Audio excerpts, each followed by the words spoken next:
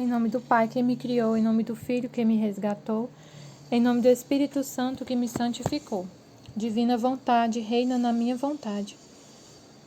Minha mãe, eu te amo e tu me ama. Dai-me o gole da divina vontade para minha alma. Me abençoa, Mãe, para que todas as minhas ações sejam feitas diante de vossos olhos maternais. Amém. Suprema Majestade, eu venho em sua vontade divina, em nome de todos, do primeiro ao último homem que existirá na terra, para dar a ti as homenagens que tens direito, as adorações e os louvores, o amor que cada criatura lhe deve, as ações de graça, e fazer todas as reparações por todos e por cada pecado. Vem, Senhor, na tua divina vontade. Dou-te a minha vontade humana por meio do Imaculado Coração de Maria, que possui todos os dons e os frutos da divina vontade. Dai-me a tua divina vontade.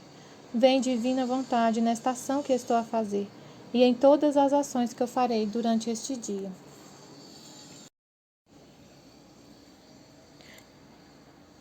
Deus sabe o número, o valor, o peso de todas as coisas criadas. Livro do Céu, volume 6, 10 de agosto de 1904. Encontrando-me fora de mim mesma, encontrei-me girando nas igrejas, fazendo a peregrinação a Jesus sacramentado com o anjo guardião. Então a Luísa sai do corpo e ela estava passeando em todas as igrejas, visitando Jesus sacramentado. Aí ela disse: prisioneiro de amor, tu estás abandonado e sozinho, e eu vim trazer-te companhia. E enquanto te faço companhia, tento amar-te por quem te ofende, louvar-te por quem te despreza, agradecer por quem derramastes graças e não te rende o tributo do agradecimento, consolar-te por quem te aflige, reparar-te por qualquer ofensa. Numa palavra, tento fazer-te tudo o que as criaturas estão obrigadas a fazer-te por teres ficado no Santíssimo Sacramento. E tantas vezes tento repeti-las, por quantas gotas de água, quantos peixes e grãos de areia há no mar. Então ela fazia visita a Jesus sacramentado, ela saía do corpo e ia fazer visitas a Jesus com o anjo da guarda e fazia essa oração. E tinha o desejo de que essa oração se multiplicasse, esses desejos dela se multiplicassem por quantas gotas de água, quantos peixes, quantos grãos de areia há no mar. Então a oração dela se multiplicar muito, muito, muito, muito.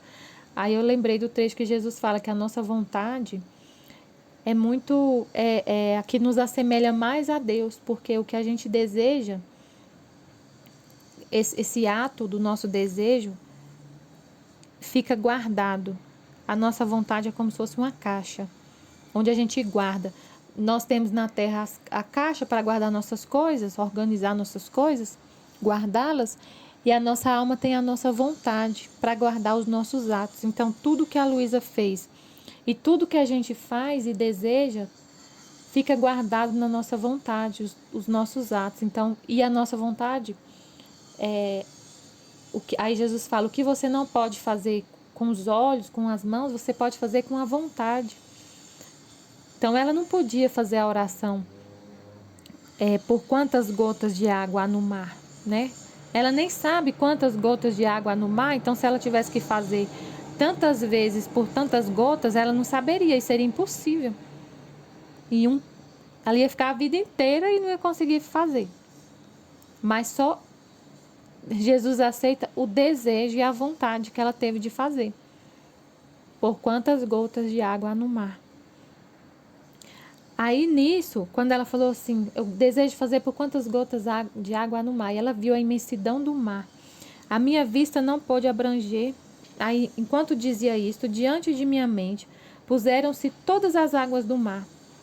Ela viu todas as águas do mar dentro da mente dela e ficou abismada com a quantidade de água. A minha vista não pôde abranger toda a vastidão do mar. A vista não conseguia alcançar toda a vastidão do mar, nem conhecer a profundidade e o peso daquelas imensas águas, nem conhecer a profundidade do mar, o peso, mas o Senhor conhece o número, o seu peso e a medida. Jesus conhece. A gente não conhece, ela via, mas não sabia dizer quanto pesava, quantas gotas tinha. E ficava toda maravilhada de saber que Deus sabe o valor de cada gota de água, a quantidade, o número. Ela ficava maravilhada, assim, né? Extasiada, olhando. E aí Jesus disse: tola, tola que és, por que te admiras tanto? Como a gente se admira. Eu vivo me admirando com as coisas de Deus. Nossa, como o Senhor consegue fazer essas coisas? Aí ele fala: o que a criatura é difícil e impossível, ao Criador é fácil e possível. Facilmente ele sabe quantas gotas de água há no oceano. Inclusive é natural. É natural para Deus saber o peso, o valor, a medida de tudo. Tudo que ele criou. Acontece nisto como alguém que, olhando em um abrir e fechar de olhos, milhões e milhões de moedas, diz para si: são numeráveis, quem as pode contar? Mas quem as pôs naquele lugar, numa palavra pode dizer tudo. São tantas, valem tanto, pesam tanto. Minha filha, eu sei quantas gotas de água pus eu no mar, e ninguém pode me perder, nem sequer uma só. Eu numerei tudo, pesei tudo e avaliei tudo, e assim de todas as outras coisas. Então, que maravilha que saiba tudo. Ele sabe de tudo, tudo que ele criou. Quantas toneladas de ouro tem na terra? Quantas gotas de água? Quantos grãos de areia? Quantas árvores? Quantas frutas? Quantos animais? Quantas pessoas? Ele dá e ele não perde nenhuma. Ninguém consegue esconder nada, perder nada dele. Ele sabe de tudo. Tudo, tudo, tudo. Ao ouvir isto, deixei de me admirar, mas bem me admirei de minha loucura. 12 de agosto de 1904. O homem destrói a beleza com a qual Deus o criou. Continuava esperando, quando de improviso me encontrei toda eu mesma dentro de Nosso Senhor. E da cabeça dele descia um fio luminoso, a minha.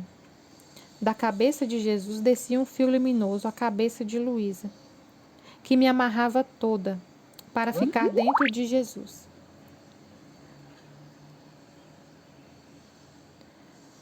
Como estava feliz de estar dentro dele, porquanto olhava não descobri outra coisa que ele, somente ele. E esta era a minha máxima felicidade, só Jesus e mais nada. Enquanto isso me disse: coragem, minha filha. Não vês como o fio da minha vontade te ata toda dentro de mim? Então, se qualquer outra vontade quer amarrá-la, se não é santa, não pode.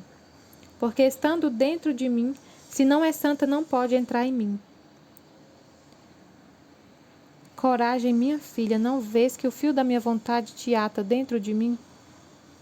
O fio da vontade divina ata a nossa alma dentro de Deus. A gente fica dentro do círculo da vontade divina. Então, se qualquer outra vontade quiser amarrar a gente, ela não vai conseguir. Se não é uma coisa santa, se não é uma vontade santa, não vai conseguir entrar. Porque estando dentro de mim, se não é santa, não pode entrar em mim.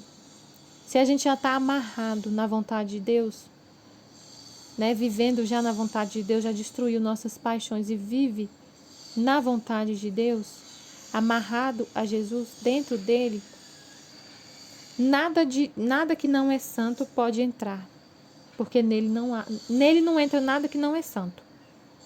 Nele não entra nada que não é santo. Então, se a gente está dentro dele, também nós não vai entrar nada que não é santo. E enquanto dizia isto, via e depois acrescentou: criei a alma de uma beleza singular. Dotei-a de uma luz superior a qualquer luz criada. Não obstante, o homem destrói esta beleza na fealdade e esta luz nas trevas. A luz que Deus dotou a nossa alma é superior a qualquer luz criada. Então, se a gente olha para o sol, fala como é bela, como é forte a luz do sol, a luz que ele colocou na nossa alma é superior à luz do sol. Não obstante, o homem destrói esta beleza na fealdade e esta luz nas trevas.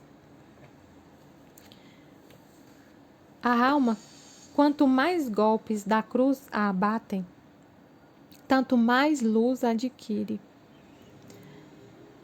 Encontrando-me um pouco sofredora, o bendito Jesus ao vir me disse: filha amada minha, Quanto mais atingido o ferro, mais brilho adquire.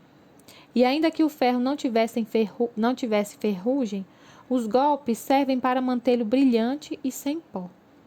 Assim que qualquer que se aproxima, facilmente se olha, refletindo naquele ferro como se fosse um espelho.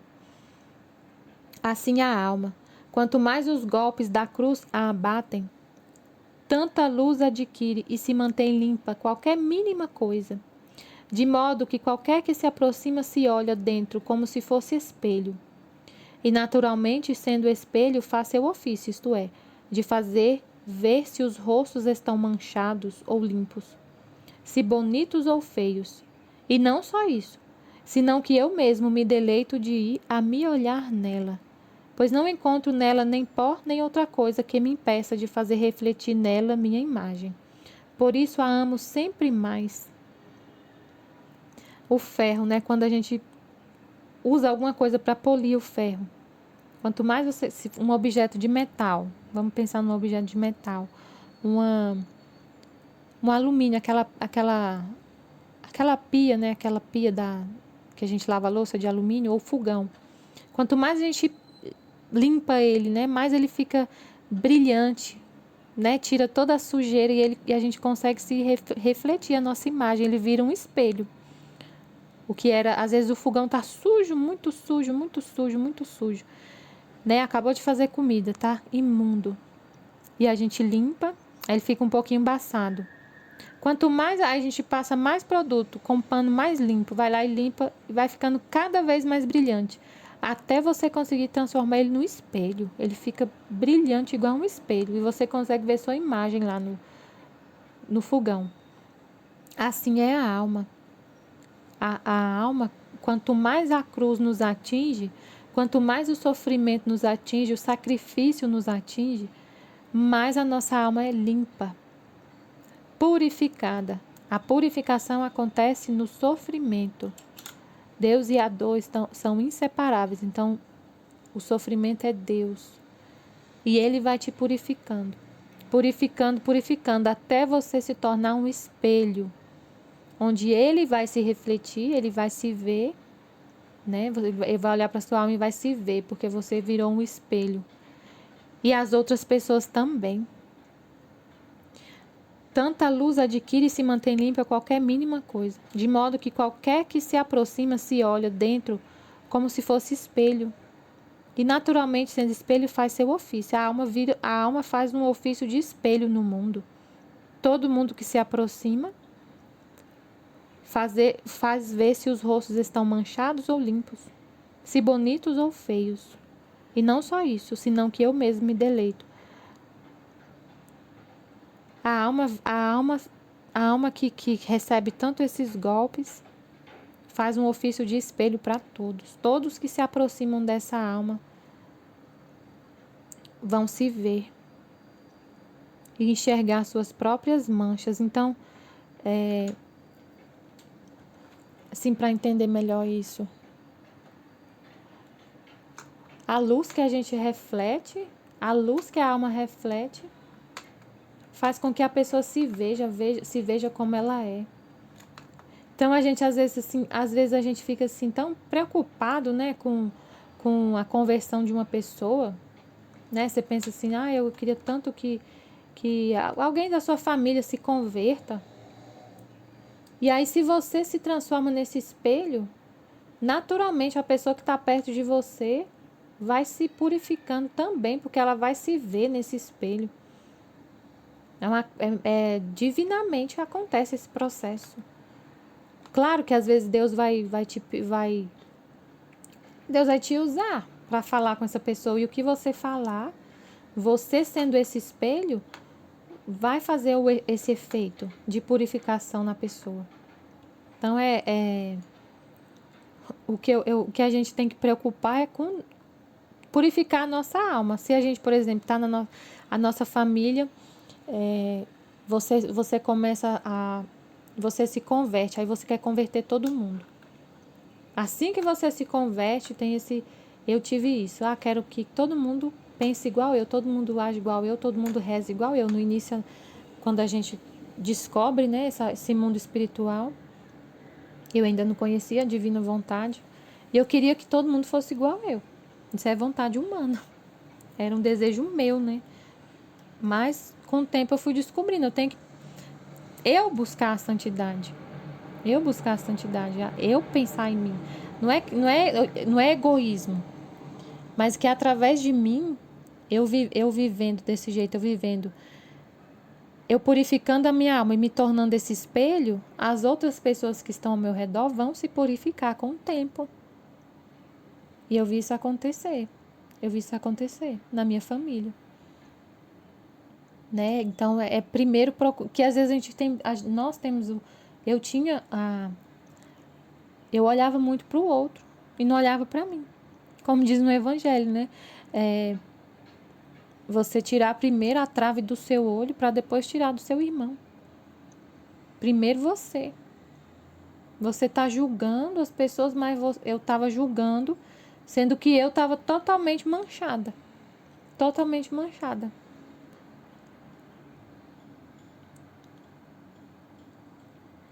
(15 de agosto de 1904). A melancolia é para a alma como o inverno às plantas. O triunfo da igreja não está longe. A melancolia é para a alma como o inverno às plantas. O triunfo da igreja não está longe. 15 de agosto de 1904. Esta manhã sentia-me muito oprimida e sentia uma melancolia que me enchia toda a alma. Parece que o bendito Jesus não me fez esperar tanto, e ao me ver tão oprimida, me disse: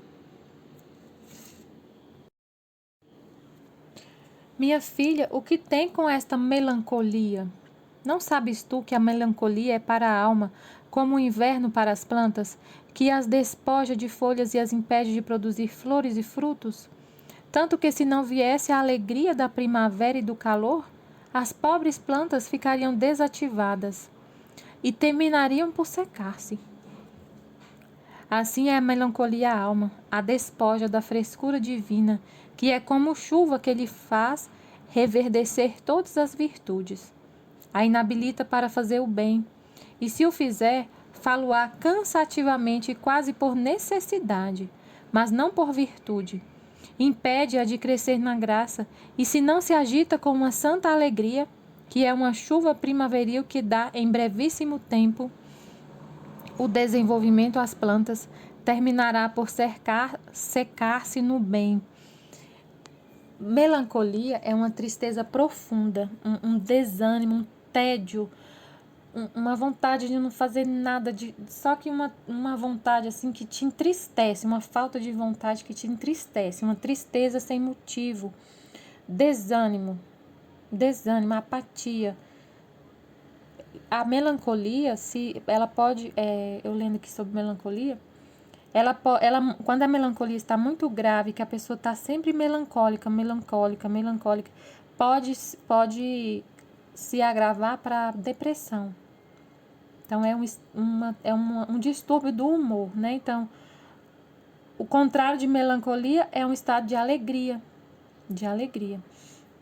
Aí Jesus perguntou: por que você está desse jeito? Triste, abatida, entediada, sem vontade de fazer nada, entristecida. Não sabes tu que esse estado é para a alma como o inverno para as plantas? Que as despoja de folhas e as impede de produzir flores e frutos? Então, a melancolia para a alma é como o inverno para as plantas. No inverno, as plantas são despojadas das folhas, né? E elas não produzem flores nem frutos. No inverno, as plantas não produzem. E a alma melancólica não produz. Tanto que, se não viesse a alegria da primavera e do calor, as pobres plantas ficariam desativadas e terminariam por secar-se. A planta passa por aquele inverno, né? Mas depois vem a primavera, a alegria da primavera, o calor do sol, e elas florescem de novo e dão frutos de novo. Assim é a melancolia, a alma. A melancolia, esse estado melancólico, despoja da frescura divina, que é como chuva que lhe faz reverdecer todas as virtudes. Assim é a melancolia a alma, a despoja da frescura divina. A melancolia, a tristeza tira de mim a graça, a frescura divina. O que é a frescura divina? É uma chuva que faz reverdecer as virtudes na alma. A inabilita para fazer o bem. A melancolia inabilita a alma para fazer o bem. Uma alma melancólica não consegue fazer o bem. Ela está desanimada, totalmente abatida, triste. Não consegue sair do lugar. Inabilita para fazer o bem. E quando faz cansativamente por necessidade. Faz enfastiada, cansada, por necessidade faz as coisas. Sem nenhuma alegria, sem nenhum amor. Cansa para fazer alguma coisa. Faz por necessidade. Mas não por virtude. Não por amor. Faz por necessidade. Impede-a de crescer na graça. A melancolia impede a alma de crescer na graça. E se não se agita com uma santa alegria, se a alma não se agitar com uma santa alegria, que é uma chuva primaveril que dá em brevíssimo tempo o desenvolvimento às plantas, terminará por cercar-se no bem. Então, se ela não volta a ficar alegre, se ela não sai desse estado de melancolia, né? Se ela não procura essa chuva primaveril, a alegria é como uma chuva primaveril, uma chuva que desenvolve rapidamente a alma para continuar produzindo. Então, o que a gente tem que fazer na prática? Renunciar à tristeza.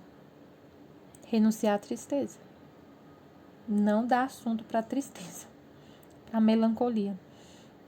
Agora, enquanto dizia isto, dentro de um relâmpago, eu vi toda a igreja pedir ajuda para Deus. Se colocar diante dele. Pai, me ajuda a sair desse estado. Agora, enquanto dizia isto, dentro de um relâmpago eu vi toda a igreja. As guerras que devem sofrer os religiosos e que devem receber dos demais. Guerras entre a sociedade parecia uma briga geral. Parecia também que o Santo Padre devia servir-se de pouquíssimas pessoas religiosas, tanto para reduzir a boa ordem e o estado da igreja, os sacerdotes e outros, como pela sociedade neste estado de perplexidade. Agora, enquanto via isto, o bendito Jesus me disse: acreditas tu que o triunfo da igreja está distante? E ela, certo, quem deve pôr a ordem a tantas coisas transtornadas? E ele disse: ao contrário, digo-te que está próximo. É um choque que deve acontecer, mas forte, e por isso permitirei tudo junto entre os religiosos e os leigos, para abreviar o tempo. E neste choque, que trará um transtorno forte, acontecerá o choque bom e ordenado. Mas em tal estado de mortificação, que os homens se verão perdidos, e aí lhes darei tanta graça e luz para conhecer o mal e abraçar a verdade, fazendo-te sofrer também por este propósito. Se com tudo isto não me escutam, então te levarei ao céu. E as coisas acontecerão ainda mais graves e esperarão mais, para que chegue o desejado triunfo. Então, esse triunfo da igreja ainda não aconteceu, vai acontecer. E é conforme ele descreveu aqui. Vai acontecer um grande choque, um transtorno. Só que é o que ele disse aqui. Os homens se verão perdidos, vai estar tão, a tribulação vai ser tão forte. Mas no meio dessa tribulação tão forte, Deus vai dar tanta graça e luz para os seres humanos conhecer o mal e abraçar a verdade. O mal vai tá de um jeito assim tão insuportável, e Deus vai mandar tanta graça para a gente rejeitar o mal e abraçar a verdade. E a Luísa sofreu por esse propósito, para o triunfo da igreja. 23 de agosto de 1904. Castigos também na Itália. Esta manhã passei amargamente privada quase totalmente do meu bendito Jesus, só que me encontrava fora de mim mesma no meio de guerras e pessoas mortas. países sitiados, e parecia que acontecia também na Itália. Que espanto sentia! Queria subtrair-me de cenas tão dolorosas, mas não podia. Uma potência suprema me tinha ali pregada. Se era anjo ou santo, não sei dizer com segurança, disse-me. Pobre Itália, como será destruída por guerras! Ao ouvir isto, fiquei ainda mais espantada e encontrei-me em mim mesma. E não tendo visto aquele que é a minha vida e com todas aquelas cenas na mente, sentia-me morrer. Então vi apenas um braço e me disse: certamente haverá alguma coisa na Itália. Já eram os rumores da guerra que ia acontecer. 2 de setembro de 1904. Só Deus tem poder para entrar nos corações e dominá-los como lhe aprouver. Novo modo como os sacerdotes devem se comportar. Encontrando-me em meu estado habitual, me sentia toda oprimida, com o agregado temor de que meu pobre estado fosse toda obra diabólica, e me sentia consumir alma e corpo. Depois assim Jesus veio e disse: minha filha, por que te perturbas tanto?